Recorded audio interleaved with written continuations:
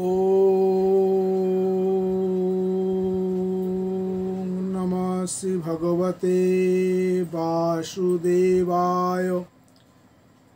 ओम नमः श्री भगवते वासुदेवाय। ओम नमः श्री भगवते वासुदेवाय। ओम पार्थाय प्रतिपदितं भगवत नारायणं शरणं वैशेन गथितं पुराण मुनिना मध्ये महाभारतम् आदयितामृत वैशिनी भगवती मष्टदशधीनम् अम्भो ताम्भुनु सन्दि भगवद्गीते भवदेशिनम् नमोस्तु ते व्यास विशल बुद्ध फुल्लारविन्दायत प्रत्नेत्रो इनो तया भारतैल्य पुण्य उज्जालित ज्ञानमय प्रदीप उपन्नो पारिजाताय तोत्र वैतके पानय ज्ञान मुद्राय कृष्णाय गीतामृतो दुहे नमः। सर्वोपनिषद गाभ दुग्धा गोपाल नंदना पार्थ वत्स सुधीर भोक्ता दुग्धं घृतामृतं महत् वसुदेव सुतं देवं कंस चारुण मध्यनं देवकी परमानन्दं कृष्णं वन्दे जगद्गुरुं भीष्मोदन तथा जयद्रथो जला गन्धारणी उत्पलाश शल्यगरजपति कृपेन बहिनी कण्डेन बिलाकुला अशोत्थामा विकर्ण घुर्मकरा दुर्योधना पतिनी सतीला खलु पांडवीरनदी कतव केशव पराशच वच सरज ममलं गीता तो कंटक कंटक नानाख्यानं केशरं हरिकथा समदन बुधितम लोके सजन शट पदरह पेपीयमानं मुदा भुवाद भारत पंकजं कलिमल पदंशिना शेहोषे मुखां करति वाचलं पंगुं लंघति गिरिं यत् कृपातमहं वन्दे परमाधवं शन्ताकरं भुजगासनं पद्मनाभं सुरेशं विश्वधारं गगनसादृशं मेघवर्णं शुभांगं लक्ष्मीकान्तं कमलनयनं जगद्विधानगमं वन्दे विष्णुं भवहरं सर्वलोकनाथं यां ब्रह्मापरदन्दरुद्रमृतस्तम्भितदैवैस्त्वयि वेदै साङ्गप्रदोकमुपनिषदि दग्ध्यान्ति यं सामगा धनावस्थिततगतेन मनसा पश्यन्ति यं अयिना जशन्तं न विदुषुषुरगणादभाय तस्मै नमः। हरे कृष्ण कृष्ण कृष्ण हरे हरे हरे राम राम राम हरे हरे हरे कृष्ण कृष्ण कृष्ण हरे हरे हरे राम राम राम हरे हरे।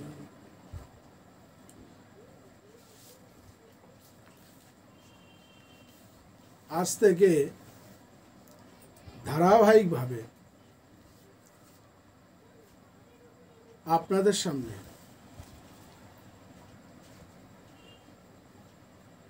গুরুর দেওয়া শক্তিতে যেভাবে ঠাকুর বলছে না মা রাস ছেড়ে দেন,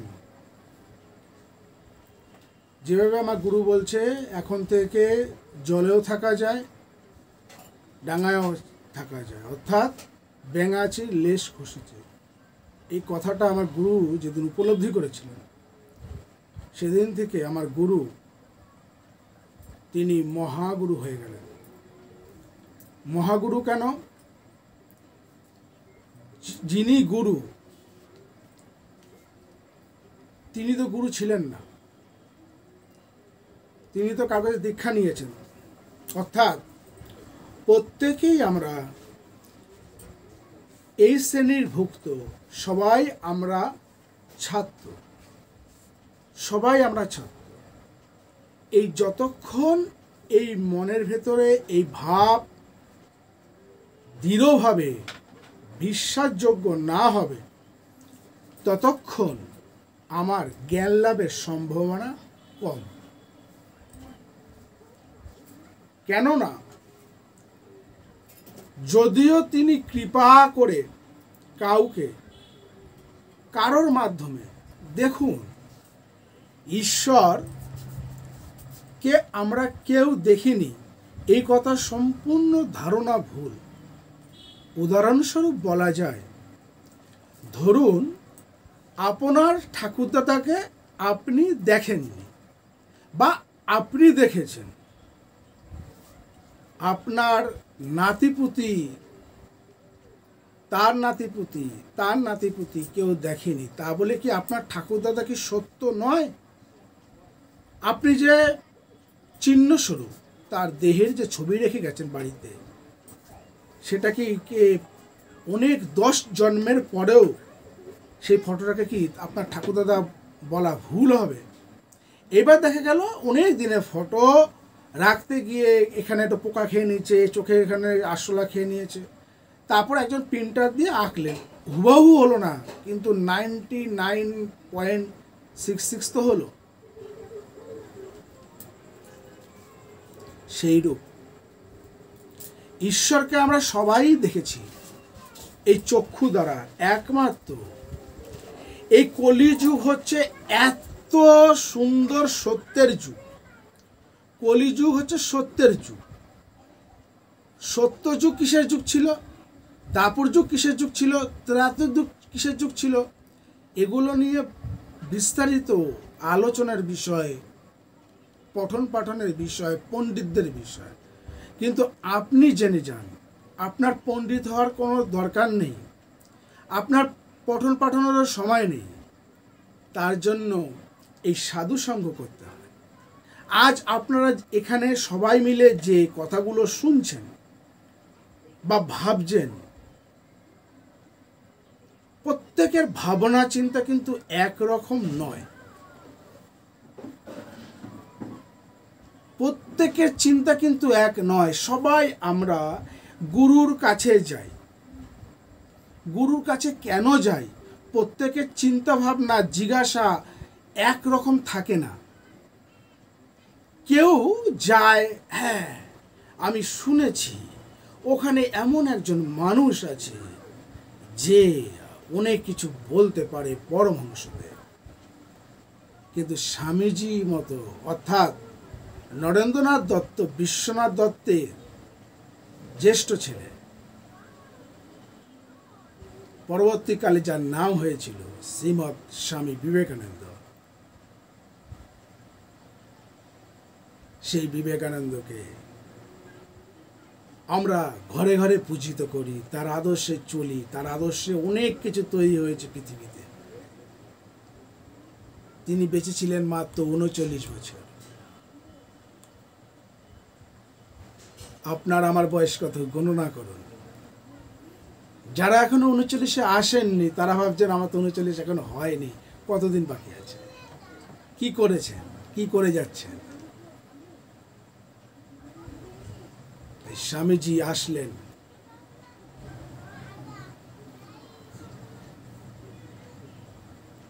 তার লোকশোনা এবং পেপারে কাগজে, নিউজ পেপার অর্থাৎ খবরের কাগজে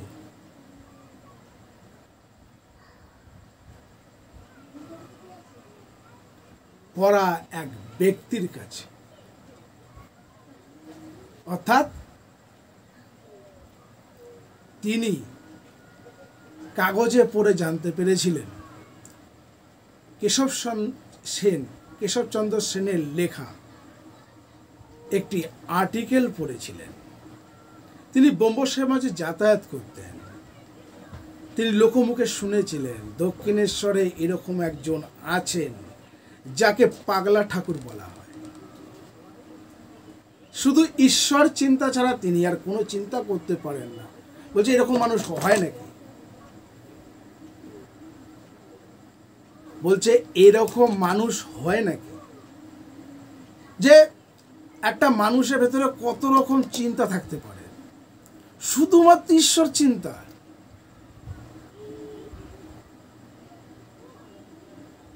আবার শুনলাম তিনি নাকি সাংসারিক, বিয়ে করেছেন, বউ আছে, বাচ্চা কাচ্চা যদি হয়নি,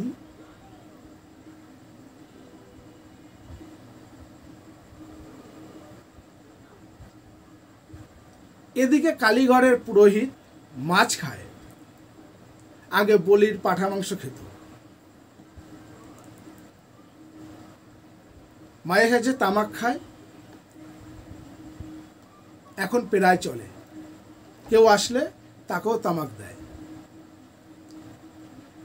পায়ে বার্নিশ করা চামড়ার জুতো পরে, কোথাও গেলে পরে কোট পরে, শীতকালে কান ঢাকার টুপি পরে।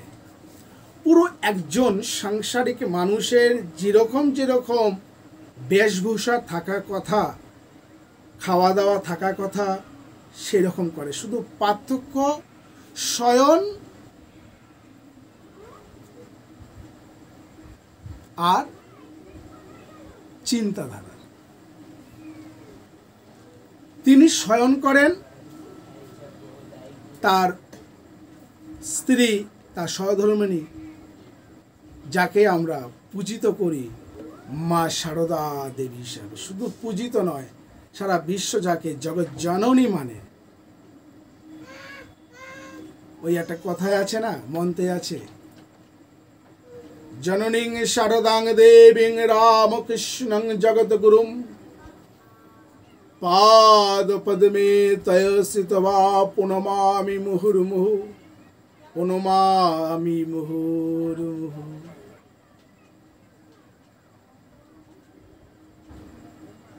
সেই মা শারদামণি একটা ছোট্ট তক্তাপোষের উপরে তাকে নিয়ে দিনের পর দিন রাত অতিবাহিত করেছে।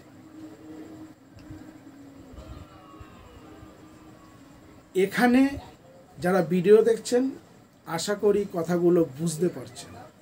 সাংসারিক মানুষ হলে পরে অন্তত একটি বাচ্চা হয়ে যেত। ঠাকুরের এখনো সন্তান সন্ততি হয়নি।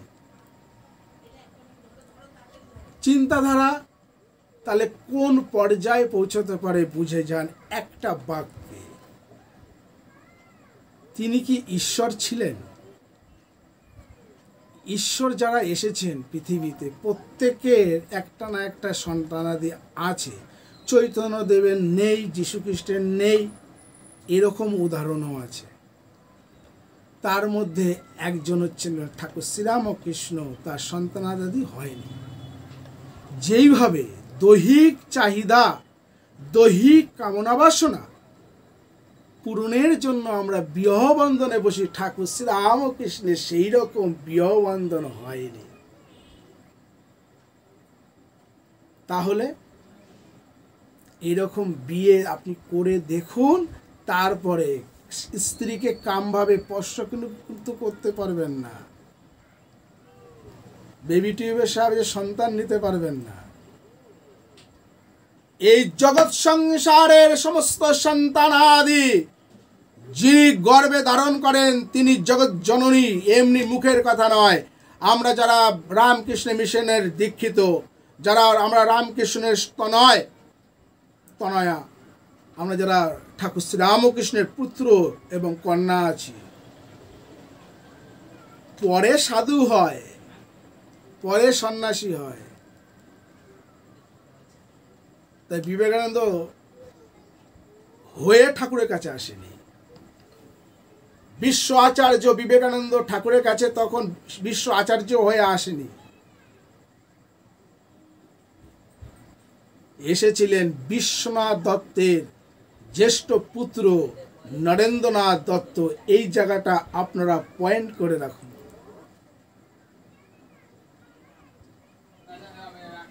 তিনি শুনেছিলেন, পড়েছিলেন, ঠাকুরের কাছে আসলেন। কেন? মানুষকে বিশ্বাস করতে শেখো, কে ভণ্ড কে অভণ্ড তাকে যাচাই করতে শেখো।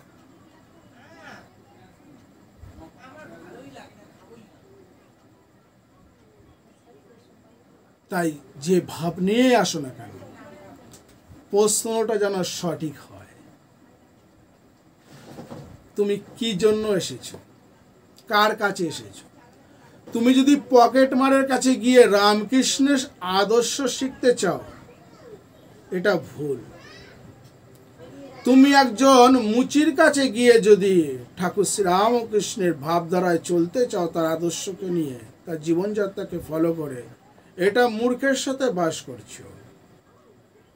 অনেক পণ্ডিত লোক ঠাকুর শ্রী রামকৃষ্ণের কথা আমি তো বিলি করে, ইউটিউব চ্যানেল খুলে রয়েছে, তাদেরও আদর্শ যদি তুমি পালন করো, তুমি মূর্খের সাথে রয়েছ।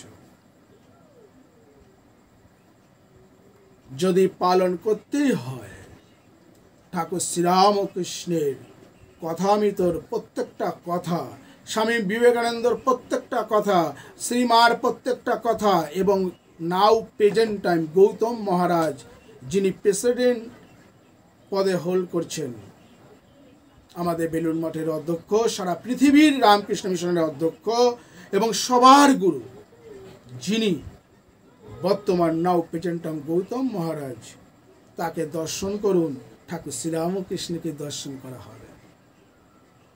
এই বিশ্বাস নিয়ে যে যাবে, তারপরে আপনি যাচাই করুন তিনি রামকৃষ্ণ কিনা, এখানে ঠকার বিষয় নয়। যিনি সর্বদা ঈশ্বরের কথা বলে তার কাছে গিয়ে বসুন, তিনি ঈশ্বর ছাড়া অন্য কথা বলবে না। যার কাছে গিয়ে টাকার কথা চিন্তা করছেন, যার কাছে গিয়ে ব্যবসার আইডিয়া পাবেন, অনেক বড় বড় বীরু ভাই আম্বানি আছে, তাদের কাছে গিয়ে ব্যবসার আইডিয়া নেন। আপনার হাত দেখে গণনা করে বলে দেবে, অনেক বড় বড় জ্যোতিষী আছে, তাদের কাছে যান। কিন্তু আপনার খোঁজটা কোথায় হবে? নরেন্দ্রনাথের খোঁজটা ছিল আত্মজ্ঞান। এই জন্য ছোটবেলা থেকে একটু অধ্যয়ন করতে হয়, আধ্যাত্মিক পথে এগোতে হয়। আধ্যাত্মিক পথ মানে এটা নয় আমি একটু ঠাকুর ঘরে বসলাম, মার সাথে সন্ধেবেলায় প্রদীপ জ্বালালাম, তারপরে গিয়ে আমি পড়তে বসলাম, আবার ঘুমোতে জাগে হরে কৃষ্ণ বলে টিকটক করে একটা গান ছাড়লাম। এটা আধ্যাত্মিকতা নয়। আধ্যাত্মিকতা হচ্ছিল এটা, যেটা তোমাকে ডেভেলপ করবে, তোমাকে সাকসেসের দিকে নিয়ে যাবে, তোমার চরম লক্ষ্যে পৌঁছে দেবে, সেটা আধ্যাত্মিকতা। লক্ষ্য কি? লক্ষ্য একটাই। যদি বিশ্বাস না হয়, দক্ষিণেশ্বরে এখনো ছোট ঘরটি আছে, যে ঘরটায় ঠাকুর শ্রীরামকৃষ্ণ বসে সারা জীবন আমাদের জন্য রেখে গেছেন। আপনি যে ঘরটা বাস করছেন, লিখে দিয়ে যান, অনন্তকাল ধরে ওই ঘরটা আপনার জন্য লিখিত রইল। বিশ্বের ব্রহ্মাণ্ডে যতদিন এই পৃথিবীতে সূর্যের আলো পৌঁছচ্ছে, ততদিন পর্যন্ত দক্ষিণেশ্বরের ওই ছোট্ট ঘরটি ঠাকুর শ্রীরামকৃষ্ণের নামে লিখিত থাকবে। ওখানে কোনো সাধু গিয়ে শয়ন করতে পারবে মেঝেতে, হয়তো খুব বড় মহাত্মা গেল, এখন যারা ত্রাষ্টি বোধ আছে তাদের জন্য খুলে দেওয়া হলো, গিয়ে শয়নত করতে পারবে, কিন্তু রামকৃষ্ণ হতে পারবে না। স্বয়ং যিনি রামকৃষ্ণ নিজেও আসেন, তাও ওই খাটটিতে শুতে পারবেন না। এই ভয়ানক চিন্তাধারার মানুষ ছিলেন স্বামী বিবেকানন্দ। তিনি বুঝেছিলেন এমন একটি কাজ পৃথিবীতে করতে হবে যার দৃষ্টান্ত শুধু আমিই থাকব। আমাকে নিয়ে সমালোচনা হবে, আলোচনা হবে, এই তো জীবন। সালা মরার মতো একজন পড়ে রয়েছি, বেঁচে আছি কিসের জন্য? দুটো ডাল ভাতের জন্য তো? ও তো অনেক, আমি দেখেছি সকালবেলা ভিক্ষা করতে আসে অনেক সন্ন্যাসী সন্ন্যাসিনী, তারা বিয়েও করেনি, তাদের ভেতর কি কামবাসনা নেই? অবশ্যই আছে। তারা সেটা কন্ট্রোল করেছে, তাই সাধু। তুমি সাংসারিক কন্ট্রোল করতে পারো না। শ্রীমৎ স্বামী বিবেকানন্দ, নরেন্দ্রনাথ তখন ঠাকুরের কাছে আসলেন, কি মন নিয়ে যাচাই করব, দেখব তিনি ভণ্ড কি না ভণ্ড, এই মন নিয়ে নয়। তিনি সরাসরি এসে তার মনে কি আছে। আমরা সকলেই সাধুদের বিচার করতে চাই, তিনি ভণ্ড না ভণ্ড, তার প্রোফাইল ঘেটে দেখব, তার ব্যাকগ্রাউন্ড ঘিরে দেখব, তাকে ইত্যাদি হবে, তাকে ফলো করব না। সাধুকে ফলো করতে হবে না, তুমি নিজেকে ফলো করো। এটাই রামকৃষ্ণ শেখাচ্ছেন। এটাই বিবেকানন্দ বুঝেছিলেন। তাই নিজে বুঝেছিলেন তার ভেতরে কি হচ্ছে, তার ভেতরে একটাই চাহিদা, শালা ঈশ্বর কি আছে কি নেই, ঈশ্বরকে দেখা যায় কি যায় না। এত লোক ঈশ্বর ঈশ্বর করে কেন? তিনি ব্রহ্ম সমাজে যাচ্ছে, ব্রহ্ম সমাজে গিয়ে মাথা ঘুরে গেছে। ব্রহ্ম সমাজে বলছে আমাদের মূর্তি টুর্তি মানে না। এই যে যত আমরা হিন্দুরা বা সনাতনীরাই দেবদেবীর মন্দির আছে, বিভিন্ন উপাসনা স্থান আছে, লোকে যায়, ভিড় করে, মানত করে, যাই করুক, আবার গিয়ে বেদ বেদান্ত শোনে। এত মঠ মন্দির, আদি শঙ্করাচার্যের এতগুলো 4টি মঠ রয়েছে বড় বড়, তাকে কেন্দ্র করেও কোটি কোটি বালুকণার মতো তার ভক্তবৃন্দ তৈরি হয়ে গেছে। সবাই সেই শঙ্করাচার্য বেদান্তের কথা বলছে, সহম, আমি সেই শিবহম শিবহম, কে তোমার পুত্র, কে তোমার মাতা। স্বামী বিবেকানন্দ সব কিছু পঠন পাঠন করার পরে তার মাথা ধরে গেছে। আপনি যখন বেশি পড়াশোনা করবেন না, বলবেন আপনারও মাথা ঘুরে যাবে। আপনারা কী নিয়ে পড়াশোনা করছেন সেটা ভেবে দেখুন, সেই অনুযায়ী আপনার মাথা ঘুরবে। স্বামী বিবেকানন্দ ঘুরেছিল তার ঈশ্বরকে লাভ করতে হবে, অর্থাৎ আত্মজ্ঞান লাভ করতে হবে। আত্মজ্ঞান, আজকে সকালবেলা একটা কথা লাইভ কলে এসেছিলাম, সকালবেলা সবে সমাধি থেকে উঠেছি, ফ্রেশ মুড ছিল, কিন্তু কাঁচা সমাধি তো, সংসারে থাকি, দরজা ধাক্কিয়ে আমাকে তুলে দেওয়া হয়েছিল, তাই ভালোভাবে বলতে পারিনি। যে বলেছিলাম যে আত্মতুষ্টি হচ্ছে সকল তুষ্টি। তোমাকে কেউ তুষ্ট যদি কেউ করতে পারে তাহলে তুমি মরে গেছো। তোমাকে কেউ 1 লাখ টাকা বান্ডিল দিল, যাও পুজোর সময় গিয়ে তোমার বউকে গয়নাগাটি কিনে দাও। 1 লাখ টাকা এখন গয়না হয় না, যদি গয়নাও হয়ে যায় প্যান্ট আর হবে না, জামা হবে না, তা শুধু গয়না পরে থাকবে নাকি?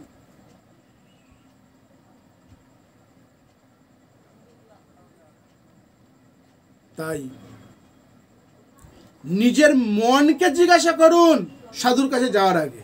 যারা আমার কাছে আসেন তাদের প্রত্যেকের একটা কথা বলি, যারা আমার ভিডিওগুলো দেখেন তাদের একটা কথাই বলি, আমাকে ফলো করতে হবে না, ভোকাস হয়ে যাবে, ভোকাস হয়ে যাবে। ধরেন আমি চা খাই না, বিড়ি খাই না, পান খাই না, গুটখা খাই না, মদ খাই না, আপনার কি চলবে? যদি চলে তাহলে আসুন, কিন্তু আবার প্রভুপাদের সাথে তুলনা করেন না, বা ইসকনের সাথে কাউ তুলনা করেন না, বা আপনি যদি সেই ধারায় চলেন তো আমার সাথে তুলনা করেন না, কারণ আমি কালকে আবার একটা সিগারেট খেতে পারি।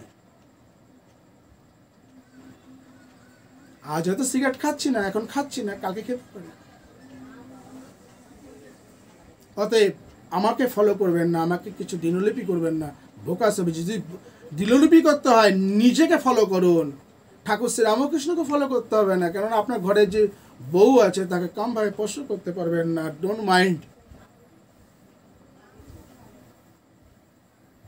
তাই নিজেকে প্রশ্ন করুন যে আপনি কি চান। কেন আমি যাব সুব্রত ভট্টাচার্যের কাছে ক্লাস করতে? সুব্রত ভট্টাচার্যের কাছে ক্লাস করতে কেন যাব, এটা নিজেকে প্রশ্ন করুন। নরেন্দ্র নিজেকে প্রশ্ন করলো যে ঈশ্বরকে দেখা যায় কি যায় না, কে দেখেছে জিজ্ঞাসা করি, সবাইকে জিজ্ঞাসা করলো। সেই সময় তথাকথিত যত রকম সমাজে কুৎসা আছে, এখন যাকে পরমহংস বলে চিহ্নিত করেছি, এত মঠ মন্দিরে গিয়ে তাকে ধ্যান ধারণা করছি, তাকে দেখার জন্য ধ্যান করছি, তাকে তার স্পন্দন নেওয়ার জন্য অনুভব করার চেষ্টার জন্য বেদান্ত চর্চা করছি, যাই করেন না কেন, সেই সময় সেই আমাদের প্রাণের প্রিয়, এখন আমাদের অন্তরাত্মা, যাকে আমরা পরমাত্মা, যাকে ভগবান বলছি শ্রীরামকৃষ্ণদেব, তাকে সমাজে যত রকম কুৎসা ছিল তাকে দেওয়া হয়েছিল। ভাবলে পড়ে না, গায়ের লোম খাড়া হয়ে যায়। সেই মানুষগুলো কারা? আমরা, যারা নিজেকে প্রশ্ন করিনি আমি সাধু হতে সত্যি চাই কিনা, ঈশ্বর লাভ করতে চাই কিনা, পৃথিবীতে এসেছি কি, আমি কে, আমি এত কৃষ্ণ সেবা করলাম, বৃন্দাবনে গেলাম মায়ের জন্য, অনেক কিছু শাড়ি কিনে দিলাম, অনেক বন্যার ত্রাণে, অনেক এই করোনা ত্রাণে দান করলাম, কিন্তু আমি নিজেকে জানলাম না, অনেক কোটি কোটি টাকা কামিয়ে নিলাম, গাড়ি বাড়ি করে নিলাম, স্ত্রী পুত্র সবাইকে ভর পোষণের দায়িত্ব দিয়ে দিলাম, সব কিছু ব্যাংক ব্যালেন্স সবাইকে দিয়ে দিলাম, কিন্তু আমার কি হলো? তাই নিজেকে জিজ্ঞাসা করুন, আপনি কি চান? একটাই চাওয়া ছিল স্বামী বিবেকানন্দের কাছে, ঈশ্বরকে দেখতে হবে, ঈশ্বরকে জানতে হবে আছে কি না নাই। তাই ঠাকুর শ্রীরামকৃষ্ণের কাছে গিয়ে সরাসরি জিজ্ঞাসা করল, আপনি কি ঠাকুরকে দেখেছেন? ঠাকুর শ্রীরামকৃষ্ণ হেসে বলল, এটা আর কি প্রশ্ন করছো? তুমি কি চাও ঠাকুরকে দেখতে, অর্থাৎ ঈশ্বরকে দেখতে? তোমার কিসের প্রয়োজন ঈশ্বরের? তুমি তো বেশ ভালো আছো, তুমি অ্যাটর্নির ছেলে, ব্যারিস্টারের ছেলে, তুমি বিশ্বনাথ দত্তের ছেলে। ও, আপনি তো অনেক খোঁজ খবর রাখেন দেখি। তুই যে আসবি আমি জানতাম। সেদিন আমাকে কি বলেছিলি?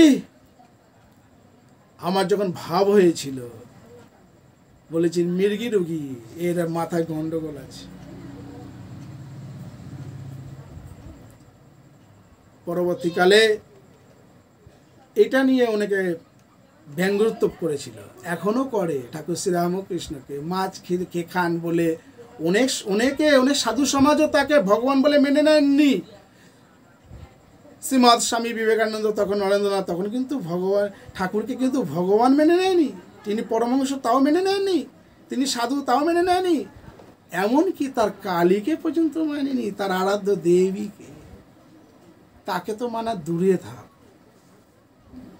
কিন্তু এসেছেন একটা বিশ্বাস নিয়ে, যদি তার সত্যি সত্যি একমাত্র ঈশ্বর চিন্তাই হয়, সে ঈশ্বরকেই দেখেছে, ঈশ্বর নিয়ে ঘর করে, অন্য কিছু নয়। তাই এসেছিলেন। এমন একটি লোককে খুঁজে বেড়ান আপনার জীবনে। ওই যে অ্যাড্রেস দিলাম, আপনি তো যাবেন না, বিশ্বাস করবেন না,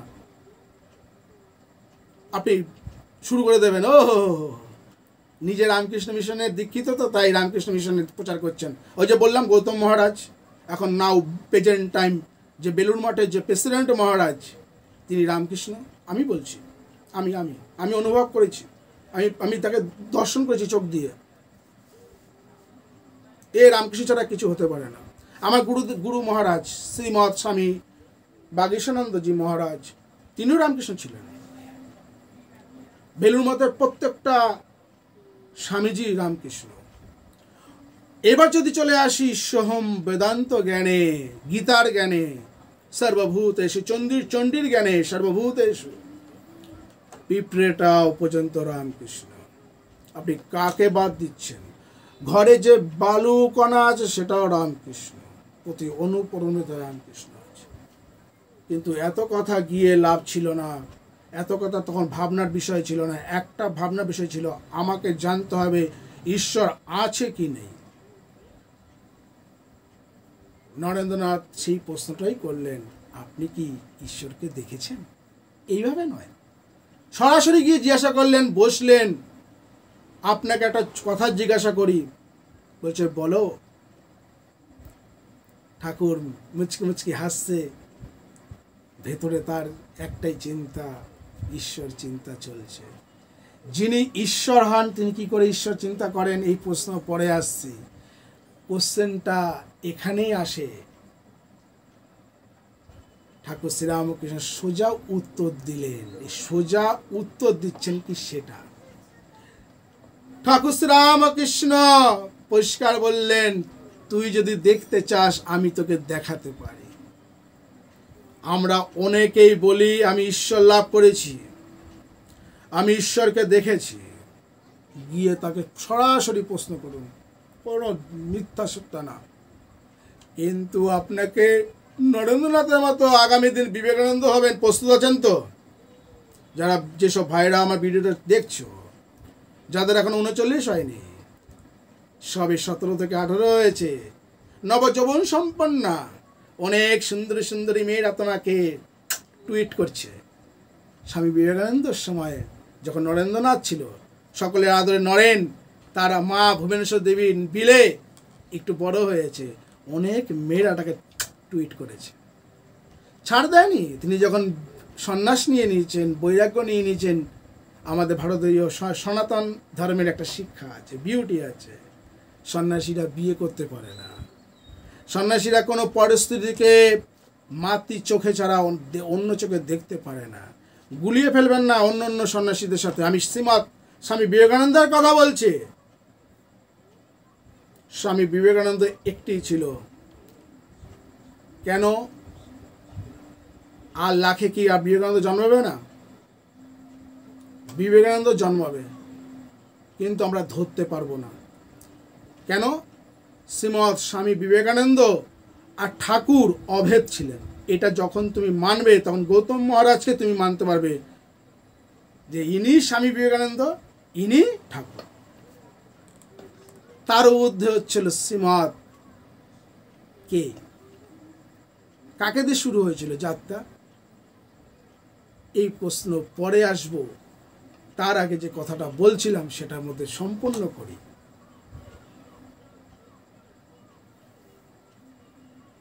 নরেন্দ্রনাথ দত্ত বলল, হ্যাঁ আমি দেখতে চাই, আমি দেখতে চাই, আমার প্রাণটা জুড়াতে চাই। আমি অনেকের কাছে গিয়েছিলাম, কিন্তু তারা সদুত্তর দিতে পারেনি। আপনি দেখছি সত্যি সত্যি আমাকে দেখাতে চান বলে উদ্দীপ করে আমার পা তুলে দিচ্ছেন কেন বুকের মধ্যে?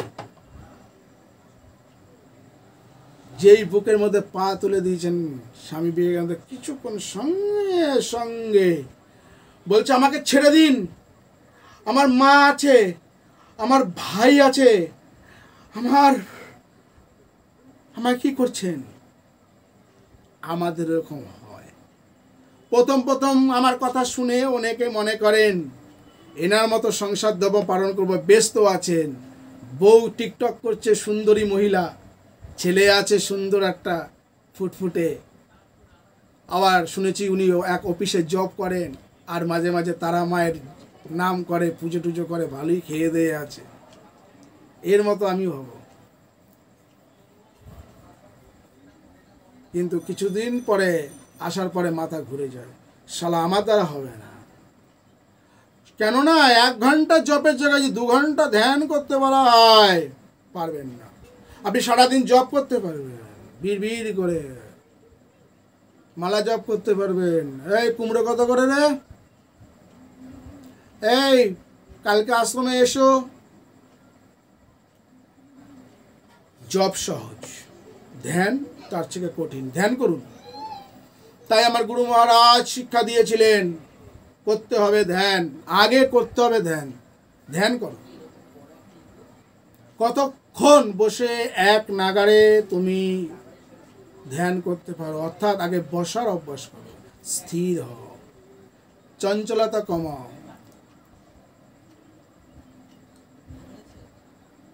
নরেন্দ্রনাথ দত্ত সেই সময়ও তার পরিবার ছিল। তার পরিবারে শুধু কে কে ছিল? মা, বাবা, ভাই, বোন ইত্যাদি। তিনি বিয়ে করেননি, তার জন্য তার অতটা পিছু টান ছিল না। তাই তিনি স্বামীজি হতে পেরেছেন তাই নয়। তাহলে তো বলা হয় বুড়ো গোপালদার কথা, তাহলে বলা হয় মাস্টারমশাইয়ের কথা, তারা তো বিয়ে করেছিলেন। এখানে ওইসব কথা নয়। আমার চাই তীব্রতা। গৌতম মহারাজের মতো বেলুমাঠে প্রেসিডেন্ট হতে পারবো না, ঠিক কথা, একজন সন্ন্যাসী হতে পারবো। ঠাকুর শ্রী রামকৃষ্ণের মতো এত বড় সংসারিক হতে পারবো না, কিন্তু ছোট্ট একটা সংসারিক হোক না। একটা ছেলে, মাস্টারমশাইয়ের একটা ছেলে পিলে ছিল, কিন্তু কিছু তো করে গেছে, কথা আমি তো লিখে গেছে। আপনি যে গুরুর সঙ্গ করছেন সেই গুরুর কথা লিখে যান না, দেখুন না আপনাকে আগামী দিন পুজো করবে। গুরুকে বিশ্বাস করতে হয়। কথায় আছে গুরু যদি সুরিখানা যায়, তাও গুরু সচ্চিদানন্দ রায়। কিন্তু গুরুকে পরীক্ষা করতে হবে নরেন্দ্রনাথের মতো মন নিয়ে। তখন আপনি বলবেন, শালা সুরিখানায় কেন যায়, ব্যবসাখানায় কেন গিয়েছিল ঠাকুর শ্রীরামকৃষ্ণ। এইসব গল্প আমরা সবাই জানি। পরবর্তী ভিডিওতে আসব, আশা করি ভালো লাগবে। তাই নিজেকে জানুন, নিজের আত্মতুষ্টিতে ভুগুন, কারোর তুষ্টি নয়। কেউ যদি আপনাকে একটা সুন্দর গিফট করলো, একটা বাড়ি, আপনি খুব খুশি হয়ে গেলেন তার প্রতি, তার গোলাম হয়ে গেলেন না। নিজে প্রশ্ন করুন যে আমি কি এখনো আমাতে বাস করি, না আমি ওনার দেওয়া লোকের ঘরের টাকায় খাই, করে করে পুষি? আমি যে কাজ করি তার জন্য কি আমার এই দেহটা চলে, নাকি যিনি আমাকে প্রেরণ করেছিলেন তিনি এই দেহটা চালাচ্ছেন? এসব চিন্তা করুন। আত্মনির্ভরতায় স্বনির্ভরতা মানে আত্মজ্ঞান লাভ করা, এটাই মেন। কর্ম মানে একটাই কর্ম, নিত্য কর্ম, ঈশ্বর চিন্তা করো। অর্থাৎ ঠাকুরের ভাষায় বলি, নিজের কথা চিন্তা করো। নিজের কথা মানে নিজের স্ত্রীকে কি খাওয়াবো, পুত্রকে কি খাওয়াবো, অফিসে গিয়ে কি কাজ করব, কত রকম ব্যবসা করব, ইতিহাস ভূগোলে কত নাম্বার পাবো, আমাকে বিশ্বের সেরা ছাত্র হতে হবে, আমাকে বড় বৈদান্তিক হতে হবে, আমাকে বেলুড় মঠে প্রেসিডেন্ট হতে হবে, আমাকে অনেক কিছু করতে হবে। এটা ভাবনা ছাড়ুন, নিজেকে চিনুন। আপনি আপনি কিছু নন। আপনি নত এই সেই আদি শঙ্করাচার্যের ভাষ্যে বলছি, না তো আপনি কোনো কিছু, কোনো কিছু, কোনো কিছু। ওম গুরু ব্রহ্মা গুরু বিষ্ণু গুরুদেব মহেশ্বর গুরুরেব পরম ব্রহ্ম তস্मै শ্রী গুরুবে নমঃ। ওং অখণ্ড মণ্ডলাকারং ব্যক্তং জন চরাচরম তৎপদং দর্শিতং জন তস্मै শ্রী গুরুবে নমঃ। জয় গুরুবে নমঃ, জয় গুরুবে।